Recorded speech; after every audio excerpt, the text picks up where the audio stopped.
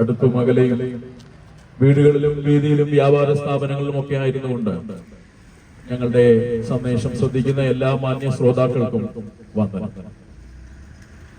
ഒരു നല്ല പകൽ കൂടി നമുക്ക് കാണുവാൻ കഴിഞ്ഞുവല്ലോ. ഏറ്റവും വലിയ അത്ഭുതം ഏതാണ് എന്ന് ഞാൻ നിങ്ങൾ ചിന്തിക്കുകയാണെങ്കിൽ ഈ പ്രഭാതത്തിൽ ഉണരാൻ കഴിഞ്ഞതൊരു വലിയ അത്ഭുതം തന്നെയാണ്. ഇന്നലെ രാത്രി ഉറങ്ങാൻ കിടന്ന അനേകരുടെ ഉറക്കം മരണം വരെ നീണ്ടുപോയപ്പോൾ ഒരു ദിനം കൂടി നമുക്ക് ലഭിച്ചു. ഈ വൈകിയ സമയം വലിയ നിയോഗത്തോടുകൂടിയാണ് ഞങ്ങൾ ഒരുമിച്ച് ഈ ദേശത്ത് കടന്നു വരികയും അനുഗ്രഹീതമായ അർത്ഥസമ്പുഷ്ടമായ ഗാനങ്ങൾ പാടുകയും തുടർന്ന് ഒരു ലഘു സന്ദേശം നിങ്ങളിലേക്ക് അറിയിക്കുകയും ചെയ്യുന്നത്. ഓരോ ദിവസവും നാം ഉണരുമ്പോൾ ചൂട് ചായയും നല്ല വാർത്തയും ഒക്കെ വായിച്ചൊരു കാലഘട്ടം എനിക്കും നിങ്ങൾക്കും ഉണ്ടായിരുന്നു. എന്നാൽ ഇന്ന് കാലങ്ങളും ആ സാഹചര്യങ്ങളും ഒക്കെ മാറി മറിഞ്ഞിരിക്കുകയാണ്. പത്രമാധ്യമങ്ങളും ദൃശ്യമാധ്യമങ്ങളും നവമാധ്യമങ്ങളും ഒക്കെ നമ്മളിലേക്ക് എത്തിക്കുന്നത് ഒരു പ്രഭാതത്തിൽ കാണാൻ കൊള്ളുന്ന കേൾക്കാൻ അറിയുന്ന നല്ല വാർത്തയുടെ അംശമല്ല, മറിച്ച് ദുരന്തത്തിന്റെയും അപകടത്തിന്റെയും വല്ലാത്ത ഭീതിയുടെയും തകർച്ചയുടെയും ഒക്കെ വാർത്തകളാണ്. മദ്യവും മയക്കുമരുന്നും മനുഷ്യന്റെ ജീവിതത്തെ തകർത്തു കളയുന്ന ഒരു കാലഘട്ടം. മലയാളി ഓണം ആഘോഷിച്ചത് 141 കോടി രൂപയുടെ മദ്യം കുടിച്ചുകൊണ്ടാണ് എന്ന് നിങ്ങൾ അറിയണം കേട്ടോ. പ്രബുദ്ധരെന്ന്, വിദ്യാസമ്പന്നരെന്ന്, 100% സാക്ഷരതയുള്ള ജനമെന്നൊക്കെ നാം നമ്മുടെ ജനത്തെയും സമൂഹത്തെയും വാഴ്ത്തിപ്പാടുമ്പോൾ നിരക്ഷർ പോലും ചെയ്യാത്ത നീചമായ പ്രവർത്തികൾക്ക് നമ്മുടെ നാട് പോലും അതിന്റെ പാത്രമായി അവശേഷിക്കുന്നു എന്നത് വേദനയോടെ നാം അറിയേണ്ട വലിയ യാഥാർത്ഥ്യമാണ്. മദ്യവും മയക്കുമരുന്നും കള്ളും കഞ്ചാവും കാജാബീഡിയും ഒക്കെ മനുഷ്യനെ വല്ലാത്ത ഒരു അനുഭവത്തിലേക്ക് നയിക്കുകയാണ്. MDMA പോലുള്ള രാസലഹരികളുടെ കടന്നുകയറ്റം. അറിയണം പ്രിയരെ, നമ്മുടെ സമൂഹം കടന്നു പോകുന്ന വലിയ വിപത്ത് എന്താണെന്ന്. മനുഷ്യന് സമാധാനമില്ല, സ്വസ്ഥതയില്ല.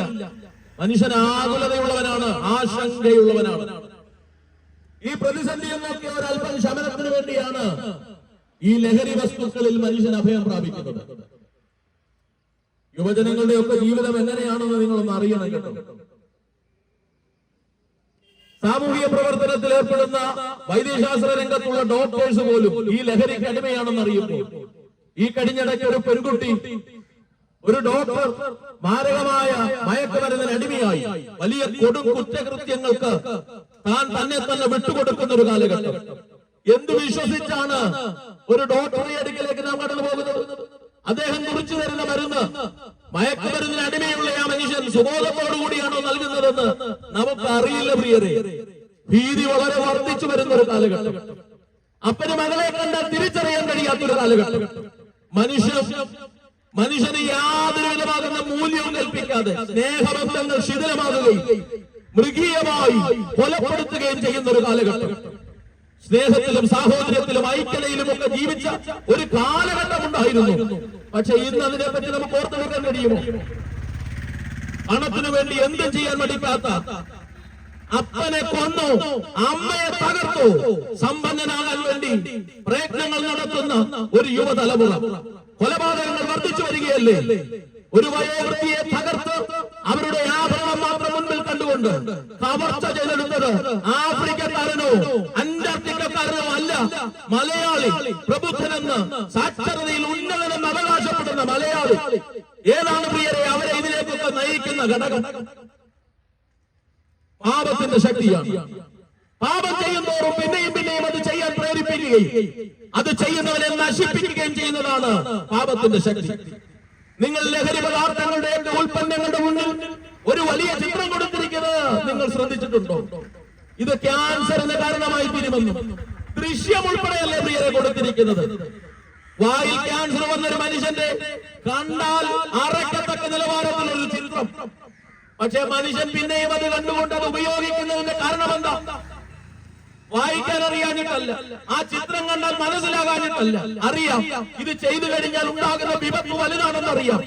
പക്ഷേ പിന്നെയും അതവൻ ഉപയോഗിക്കാനുള്ള കാരണമാണ് പാപത്തിന്റെ ശക്തി. പാപം ചെയ്യുന്തോറും പിന്നെയും പിന്നെയും അത് ചെയ്യുകയും ആ ചെയ്യുന്നവനെ നശിപ്പിക്കുകയും ചെയ്യുന്നതാണ് പാപത്തിന്റെ ശക്തി. ഇന്ന് സമൂഹത്തിൽ നടക്കുന്ന സകല ഉച്ചനീചത്വങ്ങളുടെയും അടിസ്ഥാന കാരണമെന്നത് കാലഘട്ടങ്ങളുടെ മാറ്റമല്ല, അത് പാപത്തിന്റെ അധിനിവേശമാണെന്ന് ഈ സന്ധ്യയിലും നിങ്ങളോട് പറയാൻ ഞങ്ങൾക്ക് നിയോഗമുണ്ട്. അപ്പോൾ ഒരു ചോദ്യം ഉരുത്തിരിഞ്ഞു വന്നേക്കാം. എന്താണ് ഈ ലഹരിയിൽ നിന്ന് ഇന്ന് സമൂഹം അനുഭവിക്കുന്ന ഉച്ചനീചത്വങ്ങളിൽ നിന്ന് പുറത്തു വരാൻ കഴിയുന്നത്? അത് ആ സന്തോഷ വർത്തമാനം നിങ്ങളോട് പങ്കുവെക്കാനാണ് ഞങ്ങൾ കടന്നു വന്നത്.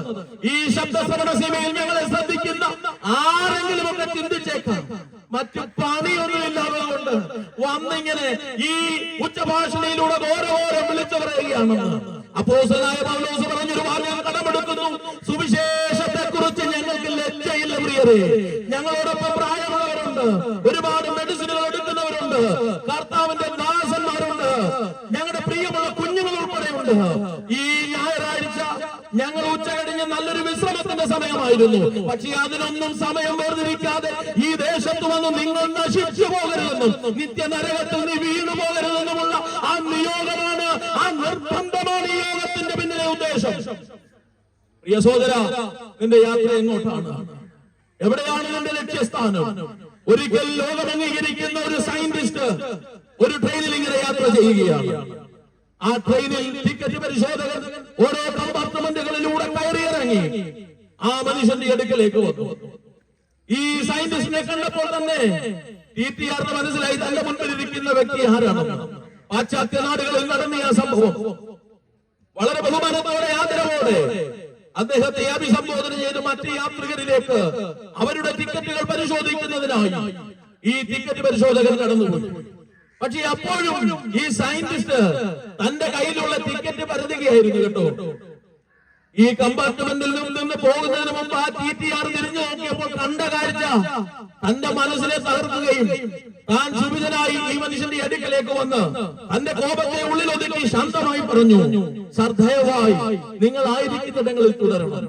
ഈ ട്രെയിനിൽ ആര് ടിക്കറ്റ് എടുത്തില്ലെങ്കിലും നിങ്ങളുടെ പക്കൽ മതിയായ രേഖകൾ ഉണ്ടെന്ന് എനിക്കറിയാം. അല്ല, ഇനി ടിക്കറ്റ് ഇല്ലെങ്കിൽ പോലും യാത്ര ചെയ്യാനുള്ള അവകാശം നിങ്ങൾക്കുണ്ട്.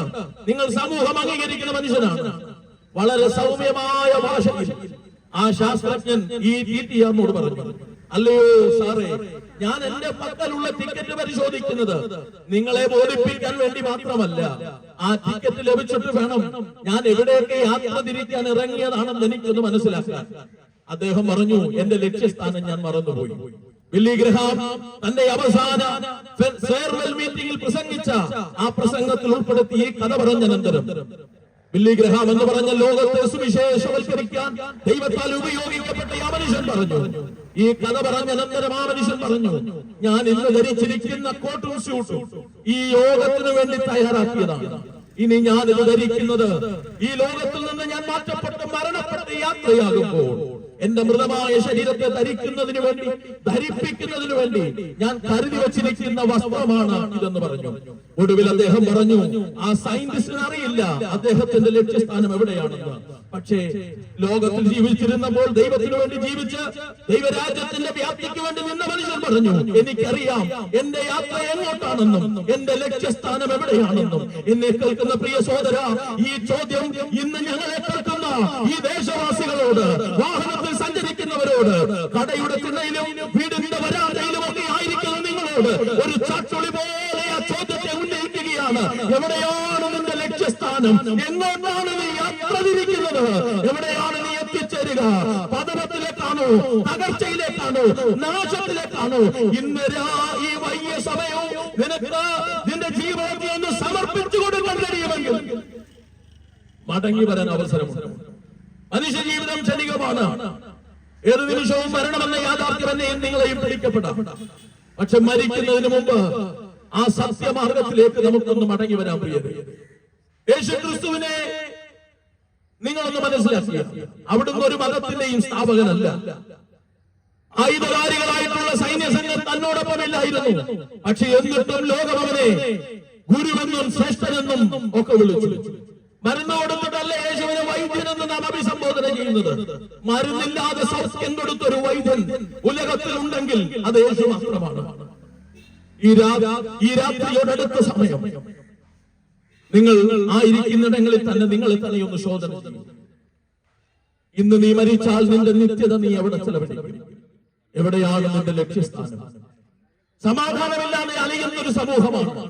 ചിരിച്ചുകൊണ്ട് നീ പലരുടെ മുമ്പിലും പ്രത്യക്ഷമാകുമ്പോഴും ഉള്ളിന്റെ ഉള്ളിൽ നീറിപ്പോകുന്ന ഒരുപാട് വേദനകൾ ആരും അറിഞ്ഞില്ലെങ്കിലും പ്രിയ മാതാവേ, പ്രിയ പിതാവേ, പ്രിയ സഹോദര, പ്രിയ കുഞ്ഞേ, നിന്നെ നന്നായി അറിയുന്ന ഒരുവരുണ്ട്.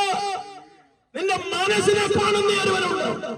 വേദനകളുള്ളിൽ ഒതുക്കി വെച്ച് മറ്റുള്ളവരുടെ മുമ്പിൽ ചിരിച്ച മുഖത്തോടെ നീ പ്രത്യക്ഷമാകുമ്പോഴും നീറിപ്പുകയുന്ന അനുഭവങ്ങളില്ലേ? ആത്മഹത്യ വർദ്ധിച്ചു വരികയാണ്. എന്താണ് കാരണം? ആരും മനസ്സിലാക്കാനില്ല, കൂടെ ആരുമില്ല, ഒറ്റപ്പെടുന്ന അനുഭവങ്ങൾ.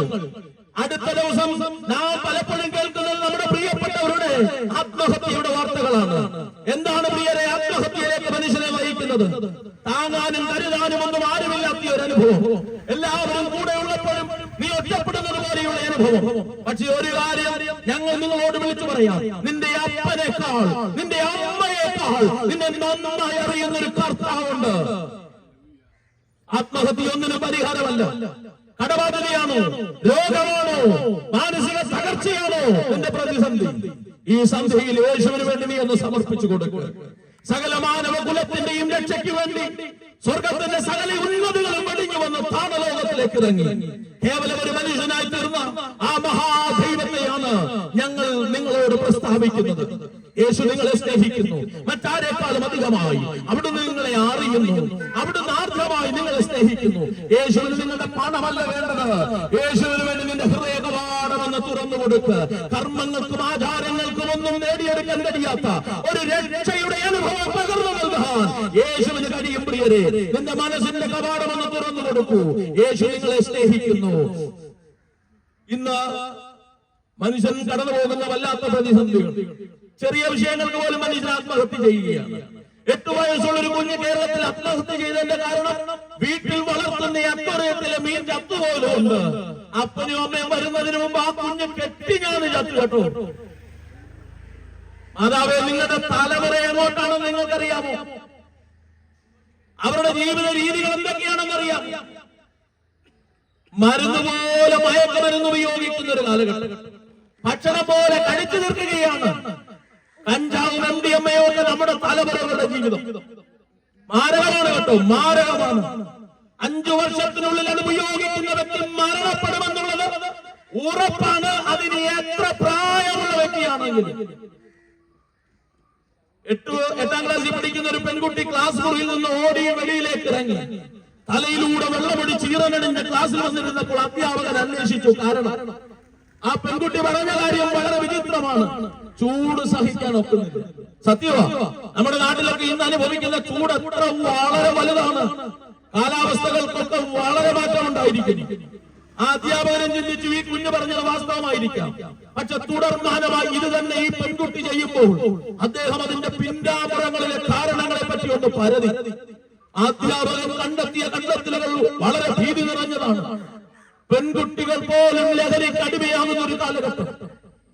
സ്നേഹം നടിച്ച ഒരുവരൊരു മുട്ടായി പൊതിയിലൂടെ അവൾക്ക് ലഹരി പദാർത്ഥങ്ങൾ നൽകുകയും പിന്നീട് അതില്ലാത്തൊരു ജീവിതത്തെ പറ്റി അവർക്ക് ചിന്തിക്കാൻ പോലും കഴിയാത്ത അനുഭവങ്ങൾ ഉണ്ടാവുകയും ഒടുവിൽ ആ കുഞ്ഞിന് അത് ലഭിക്കാതെ വന്നപ്പോൾ ശരീരത്തിന്റെ താപനില സഹിക്കാൻ കഴിയാത്ത വിധത്തിൽ ഉയർന്നു വരുന്നതുകൊണ്ട് വെള്ളമൊടിച്ച് ക്ലാസ്സിലിരിക്കുന്ന ഒരു പെൺകുട്ടി ഈ സന്ധ്യയിൽ ഞങ്ങൾ നിങ്ങളോട് വിളിച്ചു പറയുന്നു. എന്റെ ജീവിതത്തിന്റെ പ്രശ്നം എന്തുമാകട്ടെ, ഏത് പ്രതിസന്ധിയുമാകട്ടെ, യേശുവിന് വേണ്ടി ജീവിതം ഒന്ന് സമർപ്പിക്കും. നിന്റെ കുടുംബം ഏതുമാകട്ടെ, നിന്റെ കുലമേതുമാകട്ടെ, നീ സംസാരിക്കുന്ന ഭാഷ മലയാളമോ തമിഴോ തെലുങ്കോ പഞ്ചാബിയോ പഹാഡിയോ ഉറുദുവോ അറബിയോ ആകട്ടെ, നിന്റെ നിറം വെളുപ്പോ കറുപ്പോ ആകട്ടെ, ധനമുള്ളവനോ ധനമൊട്ടുമില്ലാത്തവനോ ആകട്ടെ, നീ ലക്ഷപ്രഭുവോ ലക്ഷം വീട്ടിൽ താമസിക്കുന്ന വ്യക്തിയോ ആകട്ടെ, 4 നേരം നന്നായി കഴിക്കാനുള്ള ആഹാരമുള്ള വ്യക്തിയോ അല്ല, ഒരു നേരത്തെ ഭക്ഷണത്തിന് പോലും വകയില്ലാതെ കൊണ്ടുമുറുക്കി ഉടുത്ത് ജീവിക്കുന്ന വ്യക്തിയോ ആകട്ടെ, നീ നിന്റെ ജീവിതം യേശുവിന് വേണ്ടി ഒന്ന് സമർപ്പിക്കും. യേശു ഒരു സമൂഹത്തിന് വേണ്ടി മാത്രം വന്ന ദൈവമല്ല, സകല മാനവ കുലത്തിനും വേണ്ടി വന്ന കർത്താവാണ്. ആ യേശു നിങ്ങളെ സ്നേഹിക്കുന്നു. ഈ സന്ദേശത്തിന്റെ ഏറ്റവും പ്രഥമമായ അതിന്റെ അന്തസത്ത് ഞാൻ ഇവിടെ വിളിച്ചു പറയാൻ എനിക്ക് ആവേശമുണ്ട് പ്രിയരെ. യേശു നിങ്ങളെ സ്നേഹിക്കുന്നു. ആ സ്നേഹം നിങ്ങളിലേക്കൊന്ന് ഇറങ്ങി വരട്ടെ. യേശുവിന്റെ ആ വലിയ സ്നേഹത്തിന്റെ മുമ്പിൽ നിന്നെ തന്നെ ഒന്ന് സമർപ്പിക്കും. പാപം ചെയ്യാത്ത പരിശുദ്ധനായ പരമോന്നതനായ ഒരുവൻ തകർന്നിട്ടുണ്ടെങ്കിൽ അത് യേശു മാത്രമാണ്. സ്വാർത്ഥതയുള്ളൊരു കാലഘട്ടം. സ്വാർത്ഥനാണ് മനുഷ്യൻ, സ്വാർത്ഥനാണ്. അതിനൊരു ഉദാഹരണമാണ് സെൽഫി. അവനവനിസം എന്നൊക്കെയാണ് അതിന് പറയുന്നത്. നാം സ്വയം നമ്മുടെ ചിത്രമെടുക്കുന്ന, നാം നമ്മിൽ തന്നെ ഒതുങ്ങി മാറുന്ന ഒരു കാലഘട്ടം. മനുഷ്യൻ സ്വയസ്നേഹികളായി തീരുന്ന ഈ കാലഘട്ടത്തിൽ നിന്നെ സ്നേഹിക്കാൻ, നിന്നെക്കാളധികമായി നിന്നെ സ്നേഹിക്കുന്ന ഒരുവരുണ്ട്. അത് യേശു മാത്രമാണ്. മനുഷ്യൻ മറ്റുള്ളവരിൽ നിന്ന് എന്ത് കിട്ടുമെന്നാണ് പ്രതീക്ഷിക്കുന്നത്. പണമുള്ളപ്പോഴും ആരോഗ്യമുള്ളപ്പോഴും ശ്രേഷ്ഠതയുള്ളപ്പോഴൊക്കെ കൂടെ നിന്ന് പലരും മാറിപ്പോയ അനുഭവങ്ങളില്ലേ? പക്ഷെ ഒരു കാര്യം ഞാൻ നിങ്ങളോട് വിളിച്ചു പറയാം. നിന്റെ ജീവിതത്തിന്റെ ഒരു കാലഘട്ടത്തിലും നിന്നെ ഉപേക്ഷിക്കാത്ത ഒരു ദൈവമുണ്ടെന്ന് നീ അറിയണം പ്രിയരേ. ഞങ്ങൾ ഈ ദേശത്തോട് വിളിച്ചു പറയുന്നത് ഐതിഹ്യ കഥകളല്ല. ഞങ്ങൾ വിളിച്ചു പറയുന്നത് ഞങ്ങളുടെ മനസ്സിലോ ഭൗതിക തലങ്ങളിലോ ഉരുത്തിരിഞ്ഞു വന്ന കഥകളല്ല. ഞങ്ങൾ ഈ ദേശത്തോട് വിളിച്ചു പറയുന്നത് ചരിത്ര പുരുഷനായ യേശുക്രിസ്തു ചരിത്രത്തിലുണ്ടെന്ന് ലോകം തെളിയിക്കപ്പെട്ട, ഭൂലോകത്തിലേക്ക് ഇറങ്ങി വന്ന് ജനിച്ചും മരിച്ചുയർത്തെഴുന്നേറ്റ യേശു പരമയാഥാർത്ഥ്യമാണെന്ന് നിങ്ങൾ അറിയണം പ്രിയരേ. ആ യേശു നിങ്ങളെ സ്നേഹിക്കുന്നു. എന്റെ വാക്കുകൾക്ക് വിരാമം കുറിക്കൽ കർത്താവിന്റെ കൃപയിൽ ഞാൻ ശരണപ്പെടുകയാണ്. പക്ഷേ ഒരു സുവിശേഷകൻ എന്ന നിലയിൽ ഏറ്റവും ഒടുവിൽ ക്രൂശീകരണത്തെ പറ്റി 2 വാക്ക് പറഞ്ഞില്ലെങ്കിൽ എനിക്ക് ഈ സന്ദേശം കൊണ്ട് പൂർണ്ണത വരികയില്ല. യേശുവിലേക്ക് നിങ്ങളൊന്ന് നോക്കിക്കേ. കുഞ്ഞാടിനെ പോലെ എവിടെ നിന്നില്ലേ പാപമില്ലാത്തവൻ, പരിശുദ്ധനായവൻ, എല്ലാ കുറ്റകൃത്യങ്ങളുടെ മുൻപിലും കുറ്റവാളി നിൽക്കുന്ന ഒരു ചിത്രമുണ്ട്. അവൻ നിശബ്ദനായി നിൽക്കും. പക്ഷെ അതുപോലെ യേശു നിൽക്കുകയാണ്. കുറ്റം ചെയ്തിട്ടല്ല കേട്ടോ, ഒരു കുറ്റവും ചെയ്യാത്തവൻ, പരിശുദ്ധനായവൻ. യേശുവിനെ അഭിസംബോധന ചെയ്യുന്നത് ചതിയനെന്നാണ്, കള്ളനെന്നാണ്. പക്ഷെ നിങ്ങളൊന്ന് നോക്കിക്കേ, യേശുവിന്റെ ജീവിതത്തിൽ എന്തെങ്കിലും ചതിയുടെ ഒരു കണിക നിങ്ങൾക്ക് കാണാൻ കഴിയുമോ? പാപമില്ലാത്ത ദൈവം, പരിശുദ്ധനായ ദൈവം. തോട്ടത്തിൽ വെച്ചൊരു കൊടും കുറ്റവാളിയെ പിടിക്കപ്പെടുന്നത് പോലെ യേശുവിനെ പടയാളികളുടെ സംഘം, ആയുധധാരികളായിട്ടുള്ള സംഘം പിടിക്കപ്പെടുകയും പല കോടതികൾ മാറി മാറി വിസ്തരിക്കുകയും ചെയ്തു. കപത എന്ന കൽത്തളത്തിൽ തന്റെ കരമൊരു സ്തംഭത്തിൽ ബന്ധിച്ച് തല കുനിഞ്ഞു പോകുമാർ ബന്ധിച്ച് ആയുധധാരികളായിട്ടുള്ള പടയാളികൾ ഇരുവശങ്ങളിൽ നിന്ന് ചട്ടവാറുകൾ കൊണ്ട് യേശുവിന്റെ ശരീരത്തിലേക്ക് മാറി മാറി അടിക്കുന്നു. ആദ്യം അടി എന്ന് പതിക്കുന്നത് തന്റെ ശരീരത്തിന്റെ തോക്കിലാണെങ്കിൽ അത് വലിച്ചൂരുമ്പോൾ ആഴത്തിൽ മുറിവുകൾ ഉണ്ടായി മാംസകഷ്ണങ്ങൾ വലിച്ചിളക്കുന്നത് പോലെ അടുത്ത അടി ചെന്ന് കൊള്ളുന്നത് ആഴത്തിലുള്ള മുറിവുകളിലാണ്. ആർക്കു വേണ്ടിയാണ് പ്രിയരെ യേശു ഈ അടികളേറ്റത്? ഇന്ന് രാത്രി ഈ സന്ദേശം കേൾക്കുന്ന നിനക്കൊരു ബോധ്യം ഉണ്ടാകണം. യേശു അടിയേറ്റത് നിനക്ക് വേണ്ടി കൂടിയാണ്, നിന്റെ പാപങ്ങളുടെ പരിഹാരത്തിന് വേണ്ടി കൂടിയാണ്. നീ ആരുമില്ലെന്നൊക്കെ ചിന്തിക്കുന്ന സമയത്ത് അറിയണം, നിനക്ക് വേണ്ടി സ്വന്തം ജീവനെ തന്നൊരു ദൈവം ഉണ്ടെന്ന്. ഉൾക്കിരീടം അവന്റെ ശിരസിലേക്ക് അടിച്ചിറക്കി, സ്വന്തം വസ്ത്രം നീക്കി അവനെ പരിഹസിച്ചു, നിന്ദിച്ചു. ഏറ്റവും ഒടുവിൽ അവശനായി നിൽക്കുന്ന യേശുവിന്റെ ശരീരത്തിലേക്ക് ഒരു മരക്കുരിശ് കൊടുത്തു. അത് വഹിക്കാൻ കഴിയാത്ത യേശുവിന്റെ ആ ഒടുവിലത്തെ വിലാപയാത്രയുടെ ചിത്രം മനസ്സിലൊന്നു വരുന്നു. 2 കള്ളന്മാരുടെ നടുവിൽ ഗോൽഗോത്തയിൽ ഉയരപ്പെട്ട 3 കുരിശുകളിൽ നടുക്ക് കിടക്കുന്നവൻ പരിശുദ്ധനായ പരമോന്നതനായ ദൈവമാണ്. ആർക്കു വേണ്ടിയാണ് പ്രിയരെ യേശു ഈ പങ്കപ്പാടുകളൊക്കെ അനുഭവിച്ചത്? പക്ഷേ ഈ സന്ധ്യയിൽ നിന്റെ പ്രാണന്റെ അവസാന നിമിഷമായിരിക്കാം ഒരു പക്ഷേ അടുത്തത്. അതിനു മുമ്പ് നീ ഈ സന്ദേശം കേൾക്കണമെന്നുള്ളത് ദൈവത്തിന്റെ പദ്ധതിയാണ്. ഒരു നിമിഷം ഒന്ന് സമർപ്പിച്ചു കൊടുക്കും. പക്ഷെ ഒരു കാര്യം കൂടെ ചിന്തിക്കണം കേട്ടോ, കുരിശുകൊണ്ട് അവസാനിച്ചതല്ല ഞങ്ങൾ ഉയർത്തുന്ന യേശുവിന്റെ മാർഗം. കുരിശിൽ പരാജിതനായ ഒരുവനെയല്ല ഞങ്ങൾ ഉയർത്തുന്നത്. അവിടെ നിന്ന് അരിമത്യക്കാരനായ മന്ത്രി യോസഫിന്റെ കല്ലറയിൽ അടക്കപ്പെടുകയും മരണത്തെ ജയിച്ച് കല്ലറയെ ഭേദിച്ച് പുറത്തു വന്ന് പുനരുത്ഥാനത്തിന്റെ ശക്തിയോടെ പുറത്തു വന്ന് ഉയർത്തെഴുന്നേറ്റ യേശുവിനെയാണ് ഞങ്ങൾ ഉയർത്തുന്നത്. അവിടെ നിന്നും ജീവിക്കുന്നു. ഉലകത്തിന്റെ മഹാന്മാരുടെ കല്ലറകൾ അടഞ്ഞു കിടക്കുമ്പോൾ ശ്രേഷ്ഠന്മാരുടെ, ഉന്നതന്മാരുടെ, രാജ്യത്തിന്റെ ഭരണകർത്താക്കളുടെ ഒക്കെ കല്ലറകൾ ഇന്നും അടഞ്ഞു കിടക്കുമ്പോൾ തുറക്കപ്പെട്ടൊരു കല്ലറ പാലത്തിന്റെ നടുക്കൊണ്ട് പ്രിയരെ അവിടെ എഴുതി വച്ചിരിക്കുന്നു, അവരിവിടെയില്ല, അവരുയർന്നെഴുന്നേറ്റിരിക്കുന്നു. പരാജയപ്പെട്ടൊരു മാർഗത്തെ അല്ല ഞാനിന്ന് ഈ ദേശ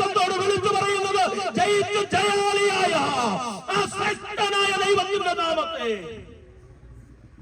ആ യേശു നിനക്ക് വേണ്ടി ജീവിക്കുന്നു. ആ യേശു നിനക്ക് വേണ്ടി ജീവിക്കുന്നു. ആ യേശു നിങ്ങളെ സ്നേഹിക്കുന്നു. നിന്റെ പാപത്തിന് പരിഹാരം നൽകാൻ യേശുവിന് കഴിയും. നിന്റെ രോഗത്തെ സൗഖ്യമാക്കാൻ യേശുവിന് കഴിയും. നിന്റെ കടബാധ്യതകൾക്ക് ശമനമാക്കാൻ യേശുവിന് കഴിയും. നിന്റെ തലമുറയെ വിടുവിക്കാൻ യേശുവിന് കഴിയും. സമാധാനമല്ലാത്ത സഹോദര, ഈ സന്ദേശത്തിന് വലിയ അവസാനം കുറിക്കുമ്പോൾ ഇന്ന് രാത്രി സമാധാനം കൊണ്ട് നിറയ്ക്കാൻ കഴിയുന്ന യേശുണ്ട്. നീ ആയിരിക്കുന്നിടങ്ങളിൽ ഒന്ന് സമർപ്പിക്കൂ. നിന്റെ ജീവിതത്തിൽ ഒന്ന് സമർപ്പിക്കൂ. യേശുവേ, എന്റെ ഹൃദയത്തിലേക്കൊന്ന് വരണമേ. പണം ആവശ്യമില്ല, കർമ്മങ്ങൾ ആവശ്യമില്ല, ആധാരം ആവശ്യമില്ല. നിന്റെ ഹൃദയവാരമൊന്ന് തുറന്നു കൊടുക്കൂ. സൗജന്യമായി തരുന്ന ആ രക്ഷയുടെ മഹത്തരമായ അനുഭവം നിങ്ങൾക്കുണ്ടാകട്ടെ എന്ന് പറഞ്ഞുകൊണ്ട് നിങ്ങൾക്ക് വേണ്ടി പ്രാർത്ഥിക്കാൻ ഞങ്ങൾക്ക് നിയോഗമുണ്ട്. നിങ്ങൾ ഏത് വിഷയത്തിൽ ഭാരപ്പെടുന്ന വ്യക്തിയുമാകട്ടെ, ഒരിക്കലും രക്ഷപ്പെടില്ല, മരണമാണ് മുൻപിൽ എന്നൊക്കെ വൈദ്യശാസ്ത്രം വിധി എഴുതിയവർ ഈ സന്ദേശം കേൾക്കുന്നുവെങ്കിൽ മരിച്ചവരെ ഉയർപ്പിച്ചൊരു നാഥനെയാണ് ഞങ്ങൾ ഉയർത്തുന്നത്. ഇന്ന് രാത്രിയിൽ നിന്നെ സൗഖ്യമാക്കാൻ കഴിയുന്ന യേശുവുണ്ട്. നിനക്ക് വിടുതൽ നൽകി, സ്വസ്ഥത നൽകി, സമാധാനം നൽകി, നിന്റെ കുടുംബത്തെ മാനിക്കാൻ കഴിയുന്ന യേശുവുണ്ട്. നീ ആയിരിക്കുന്നിടങ്ങളിൽ ഒന്ന് സമർപ്പിക്കൂ. അത് നിന്റെ വീട്ടിലെ ഉള്ളിലോ ഹോൾ റൂമിലോ ബെഡ്റൂമിലോ ആകട്ടെ, വരാന്തയിലാകട്ടെ, നീ വഴിയാരയിൽ ഇരുന്നായിരിക്കാം ഈ സന്ദേശം കേൾക്കുന്നത്. ഒരു നിമിഷം ഒന്ന് സമർപ്പിക്കൂ. നിന്റെ ജീവിതത്തിലേക്ക് യേശു വരണമേ എന്ന് ഹൃദയം കൊണ്ടൊന്ന് പ്രാർത്ഥിക്കൂ. ഞാൻ എന്റെ വാക്കിന് വിരാമം കുറിക്കുകയാണ്. ഒടുവിലായി ഞങ്ങൾ നിങ്ങൾക്ക് വേണ്ടി പ്രാർത്ഥിക്കും. ദൈവം നിങ്ങളെ അനുഗ്രഹിക്കട്ടെ. Thank you. God bless you all.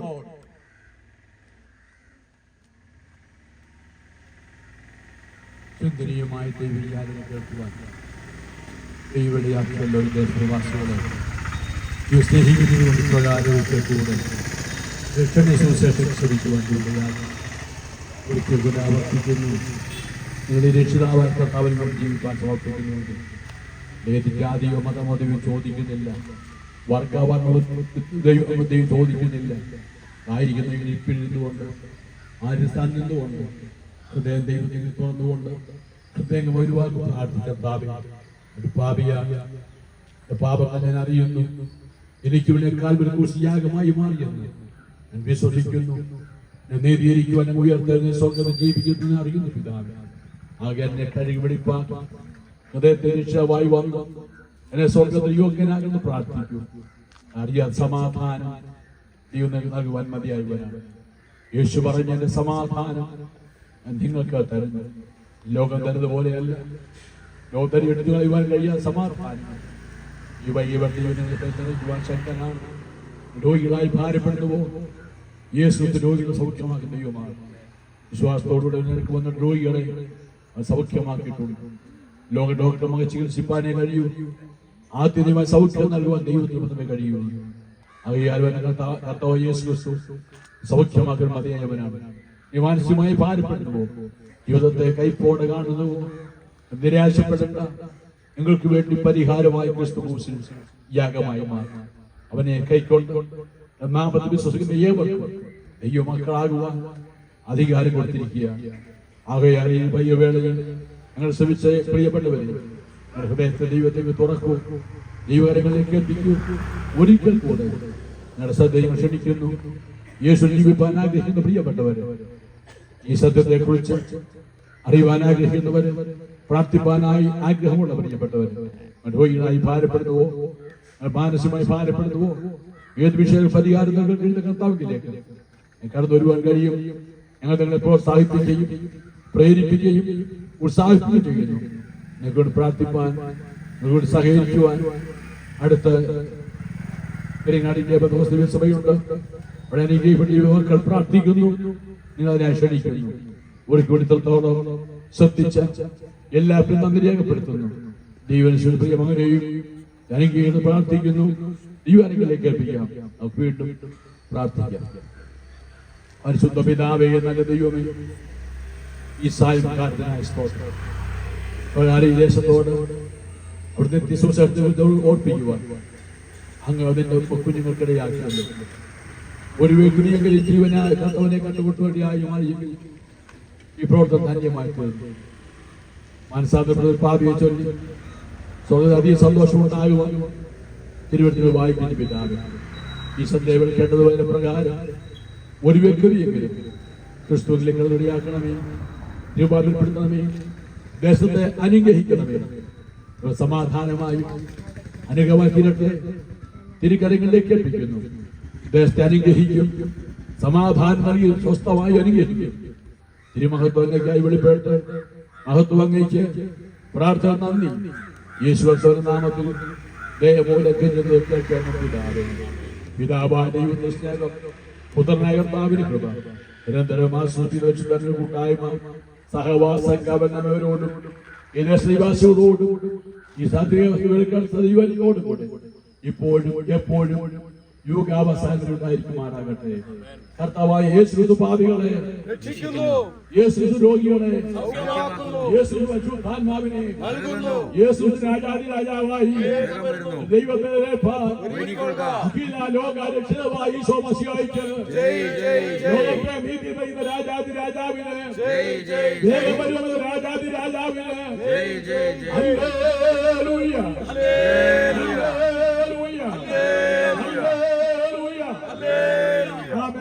യേശുവേ വേഗത്തോളം ശ്രദ്ധിച്ച എല്ലാവർക്കും നന്ദി അറിയിക്കുന്നു. പ്രിയപ്പെട്ടവരെ നന്ദി അറിയിക്കുന്നു. ദൈവത്തിന്റെയും അനുഗ്രഹിക്കുന്നു.